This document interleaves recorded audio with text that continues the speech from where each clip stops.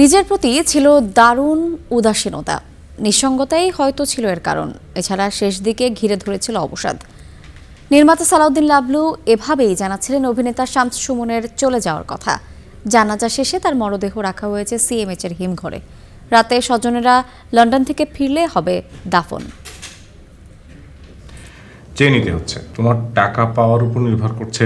নিঃসঙ্গতায় খুঁজেছেন প্রাপ্তির অনেক কিছু, মৃত্যু দিয়ে যেন পূর্ণতা পেল সেই প্রত্যাশা। পর্দার পেছনে বাহিরে সদাহাস্য উজ্জ্বল, তার প্রাঞ্জলতা ছুঁয়ে গেছে ভক্তের মন। বন্ধু শুভাকাঙ্ক্ষীদের কাছে আস্থার আরেক নাম শামস সুমন। তাই তার এই হঠাৎ চলে যাওয়ায় শোকস্তব্ধ সংস্কৃতি অঙ্গন। দর্শকের কাছে নিছক অভিনেতা হলেও সহকর্মীদের কাছে তিনি পথ প্রদর্শক ও পরামর্শক। সবারই ছিলেন পরম আপন। শামস সুমন শুধু আমার সহকর্মী ছিলেন না, বন্ধুও ছিলেন না, এর চেয়ে একটু আগানো।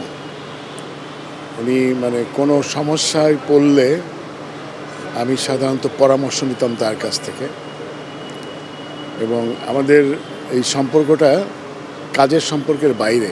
তার শিল্পবোধ, ব্যক্তিত্ব বরাবরই অনুজদের জুগিয়েছেন অনুপ্রেরণা। তাই অগ্রজের এই বিদায়ে স্মৃতি হাতড়ে বেড়াচ্ছেন প্রিয় অনুজ। সুমন ভাই আমার স্কুল লাইফ, কলেজ লাইফ থেকে সিনিয়র, তিনি আমার আইডল ধরনের। আমি তাকে ফলো করতাম। রাজশাহী আবৃত্তি পরিষদে যখন কবিতা পড়া শুরু করতে গেলাম, তখন সুমন ভাই এসেছিলেন। সুমন ভাইয়ের কি পরে পাঞ্জাবি, ছোট ছোট জিন্সের প্যান্ট, এত সুন্দর কথা বলে আর এত চমৎকার কবিতা পড়ে, আর কবিতা সিলেকশনগুলো এতই অসাধারণ থাকে যে আমি তার রীতিমতো ভক্ত। আল্লাহু আকবার। বাকপটুতা আড্ডায় মাতিয়ে রাখতেন শুটিং ফ্লোর। সেই মানুষটি বিদায় নিলেন নিঃসঙ্গতার গ্লানি সঙ্গে করে। নিজের প্রতিও ছিলেন উদাসীন। শামস সুমনের যেটা একটা বিশেষ দিক হলো, ও ভিতরে ভিতরে অনেক ইন্ট্রোভার্ট ছিল, কিন্তু বাইরে আমাদেরকে দেখাতো খুব এক্সট্রোভার্ট।